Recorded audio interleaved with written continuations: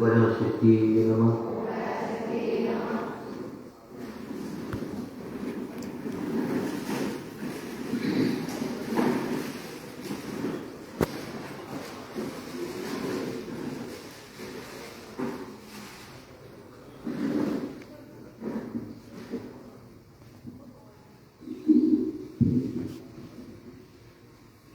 നമ്മുടെ മൂന്നാമത്തെ പൗർണമി പൂജയാണ്.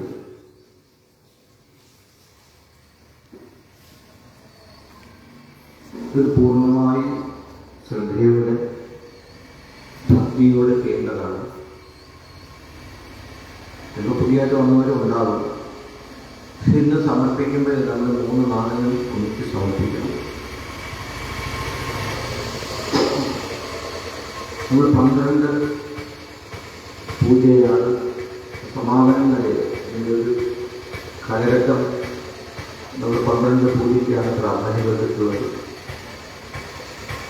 നമ്മൾ ഓരോ തവണയും കിട്ടുന്ന നാണയം കിട്ടിക്കൊണ്ട് പെരുമാറ്റി വെച്ച് ഇത് ഭഗവതിയുടെ പാദത്തിൽ വെച്ചതാണ്.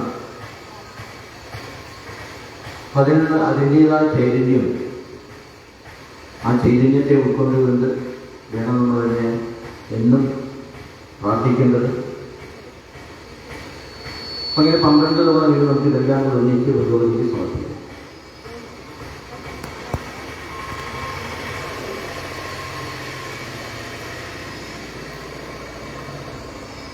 അപ്പോൾ നമ്മളിൽ നിന്ന് പോകുന്നതിന് മുമ്പ് ഒരു കാര്യം കൂടി, നമുക്ക് അടുത്ത തവണ മുതൽ ഇപ്പം നമ്മൾ ആവാഹിക്കുന്ന ഭഗവതി ആവാഹിക്കുന്ന നാരങ്ങാവാസത്തെ ഇരിക്കുന്ന തട്ടത്തിലേക്കാണ്. അതിനുള്ള ഒരു നിലവിളക്ക് നമുക്ക് വയ്ക്കാൻ പറ്റും. നമ്മൾ ചിന്തിക്കണം, എല്ലാവരും കൊണ്ടുവരണം. നിലനിർത്തിയില്ലാത്ത ഒരു സാഹചര്യം വരുവാണെങ്കിൽ ഇവിടെ നമുക്ക് ആ നിലവിളക്ക് സംഘടിപ്പിക്കാൻ പറ്റുമെന്ന് എനിക്ക് തോന്നുന്നു. ഇതെല്ലാം നിന്ന് പോകുന്നതിന് മുമ്പ് തീരുമാനം എടുക്കാൻ തോന്നുന്നു. നിങ്ങളുടെ അഭിപ്രായമാണ് വേണ്ടത്. കഴിഞ്ഞ വിളക്കിലേക്ക് ഭഗവതി സങ്കല്പിക്കുകയും ഭഗവതിക്ക് ആലങ്കാരികമായിട്ട് 2 കാര്യങ്ങളെ കൊടുത്തിരിക്കുകയും കുറച്ചുകൂടെ ഒരു ഭക്തിയുടെ ഭാവത്തിൽ നോക്കുമ്പോഴും പുതിയ ഭാവത്തിൽ നോക്കുമ്പോഴും അതിന് കുറച്ചുകൂടെ ശക്തിയുണ്ട്. നമുക്ക് ആലോചിക്കാം.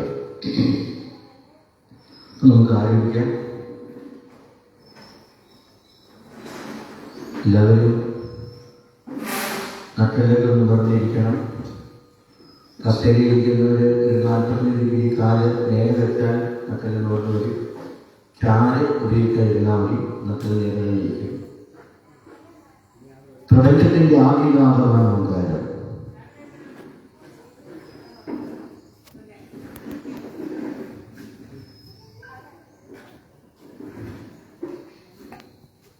അകാരം ഉദാരം മകാരം ചെയ്യുന്ന 3 അക്ഷരങ്ങളുടെ കൂട്ടിയിണക്കിയ മന്ത്രമാണ് ഓങ്കാരം. അപ്പോൾ 3 തവണ നമ്മൾ ദീർഘമായി ഉച്ചരിക്കണം. പൂർണ്ണമായി ശ്വാസം ഉള്ളിലേക്ക് എടുത്തിട്ട് ഓങ്കാരം പിടിക്കണം. ഇതൊന്നും കാര്യം വയ്ക്കാം. കണ്ണൊക്കെ അടച്ച് ഓങ്കാരം ജപിക്കുമ്പോൾ അതുണ്ടാക്കുന്ന സ്ഫുരണങ്ങൾ, അതുണ്ടാക്കുന്ന തരംഗങ്ങൾ, അതിലേക്ക് നമ്മൾ ശ്രദ്ധ കൊണ്ടുവരണം. ഓങ്കാരം ജപിക്കാം.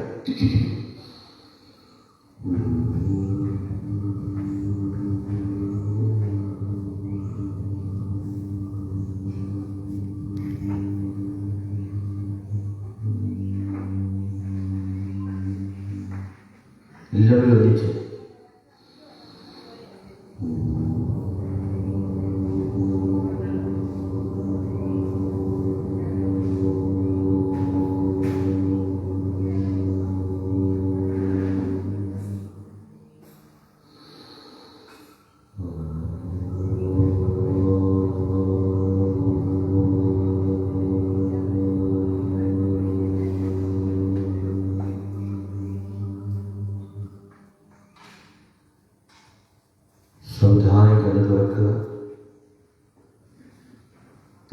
എപ്പോഴും ഈശ്വരനോട് നന്ദി പറയുക.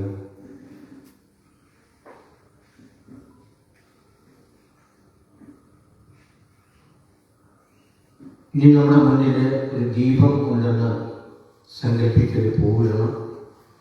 വിളക്ക് വെച്ചിട്ട് സങ്കല്പിച്ചാൽ മതി. ദീപത്തിനെ നമസ്കരിക്കുകയാണ്. ഒരു പൂവെടുക്കുക.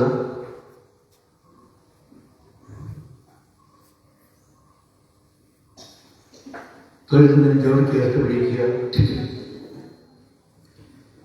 ഓം ശിവം ഭവത് കല്യാണം ആയുരാരോഗ്യവർദ്ധനം മമ ബുദ്ധിപ്രകാശായ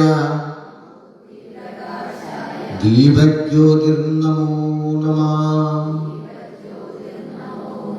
ആ ഇലയ്ക്ക് വെളിയിലായിട്ട് ആ പൂ സമർപ്പിച്ചിട്ടുള്ള വിളക്കിൽ സമർപ്പിക്കുന്ന സങ്കല്പിക്കുക.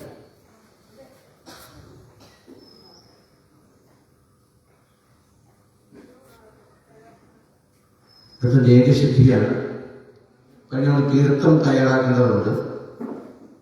ഭാരതത്തിലെ പുണ്യനദികളാണ് ഗംഗയും യമുനയും ഗോദാവരിയും സരസ്വതി. ആ തീർത്ഥങ്ങളുടെ സാന്നിധ്യം ഈ ജലത്തിലുണ്ടാകണം എന്നാണ് അടുത്ത സങ്കല്പം. പൂവെടുക്കുക. നമ്മുടെ വലതുകൈയുടെ ഉള്ളങ്കയിലേക്ക് സമർപ്പിച്ച് തോളിന് സമാന്തരമായിട്ട് ഉയർത്തിപ്പിടിക്കുക. കഴിഞ്ഞിട്ട് ഇടാൻ കുഴപ്പമില്ല.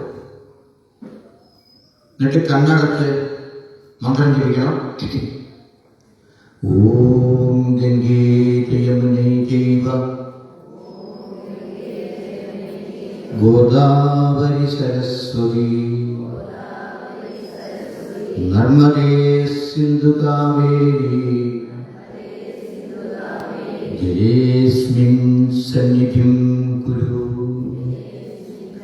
രണ്ട് കൈ ചേർത്ത് പിടിക്കുക. അന്തരീക്ഷത്തിൽ 3 തവണ ഒഴിയുക. ഗംഗാദേവിയെ നമ്മൾ ആവാഹിച്ച് ഈ പുഷ്പങ്ങൾ എത്തിച്ചേർന്ന് സങ്കല്പിക്കണം.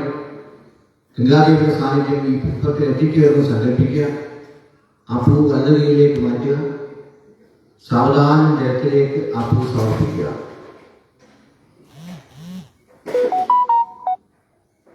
ജലവും അടക്കി പിടിക്കുക.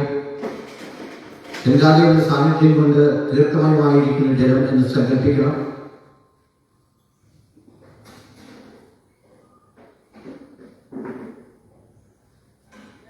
നമ്മുടെ മോതിരവിരൽ കൊണ്ട് ആ ജലം നമ്മുടെ ദേഹത്തും ചുറ്റും പൂജാസാധനങ്ങൾ തളിക്കുക.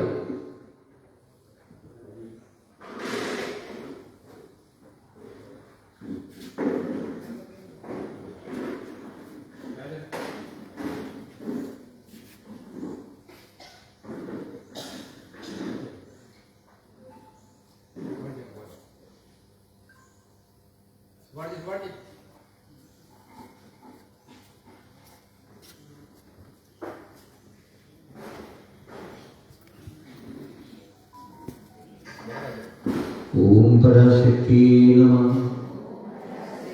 ഓം പരാശക്തി നമഃ. ഓം സദോമാ സദ്ഗമയ തമസോമാ ജ്യോതിർഗമയ മൃത്യോർമാ അമൃതം ഗമയ. ഓം സദോമാ സദ്ഗമയ തമസോമാ ജ്യോതിർഗമയ മൃത്യോർമാ അമൃതം ഗമയ. ഓം സദോമാ സദ്ഗമയ തമസോമാ ജ്യോതിർഗമയ മൃത്യോർമാ അമൃതം ഗമയ.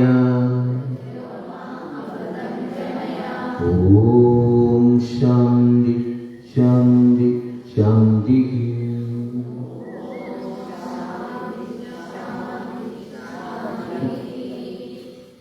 ഓം പരാശക്തി നമഃ. ഓം പരാശക്തി നമഃ. ഓം പരാശക്തി നമഃ. ഓം പരാശക്തി നമഃ. ഓം പരാശക്തി നമഃ.